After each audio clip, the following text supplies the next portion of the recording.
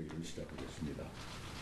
그저께 밤 경기도 고양시의 지역난방 열수성관이 터져 한 분이 희생되셨고 한파주의보가 내려지는데 난방이 되지 않아 많은 주민들께서 불편을 겪으셨습니다. KTX 오송역 단전과 KT 아현지구 통신단절에 이어 고양에서 이런 일이 생겨 국민 여러분께 참으로 송구스럽습니다. 산업통상자원부 등 관계기관은 빠른 시일 안에 노후 열수성관을 점검해 의심스러운 곳은 정밀 진단하고 위험이 예상되는 구간은 관로를 조기 교체하시기 바랍니다.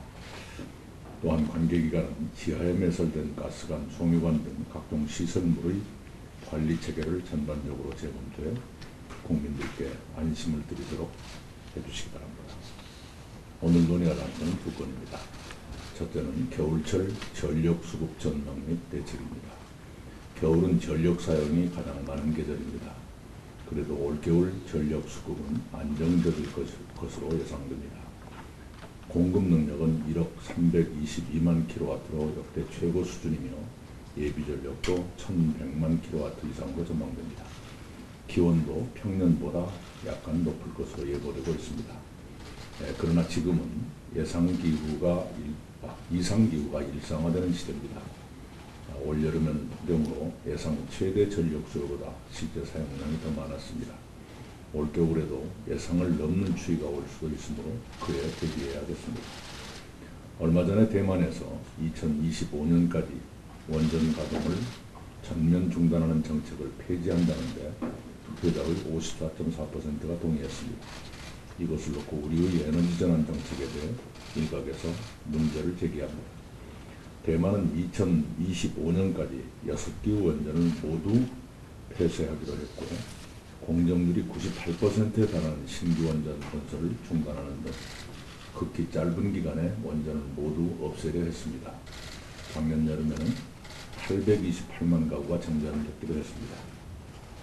그러나 우리는 2023년까지 원전 설비가 늘어나고 그 이후 60여 년에 걸쳐 완만하게 원전 의존도를 낮춰가려 하고 있습니다.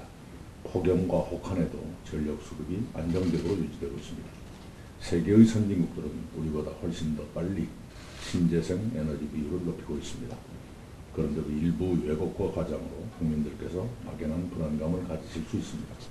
산업자원부는 정확한 통계와 외국 사례 등 객관적 사실에 기초해서 국민들께 알기 쉽고 정확하게 설명해 드리시기 바랍니다. 둘째 안건은 국민 생명 지키기 3대 프로젝트 추진 현황 및 향후 계획입니다. 작년 한 해 동안 자살, 교통사고, 산업재해로 생명을 잃으신 국민이 17,000명이 넘습니다. 세 분야 모두 OECD 최하위 수준입니다. 정부는 한 분의 생명이라도 더 지키기 위해 올해 초부터 국민 생명 지키기 3대 프로젝트를 추진하고 있습니다. 오늘은 그동안의 전개 상황을 점검하고 내년에 중점 추진할 계획을 논의하고 있습니다. 자살에 제대로 대처하려면 현황과 원인에 대한 과학적 분석과 그에 따른 전문적 대처가 필요합니다. 우리 사회에는 특히 노인의 자살이 많습니다. 노인이 되면 최소한 4가지의 고통이 따릅니다. 가난해지는 경제적 고통, 몸이 아프게 되는 신체적 고통, 역할이 줄어드는 사회적 고통, 이웃, 친구, 가족을 잃어가며 깊어지는 심리적 고독이 그것입니다. 이런 고통을 완화해드리는 것이 노인 복지와 자살 방지의 근본이라고 생각합니다.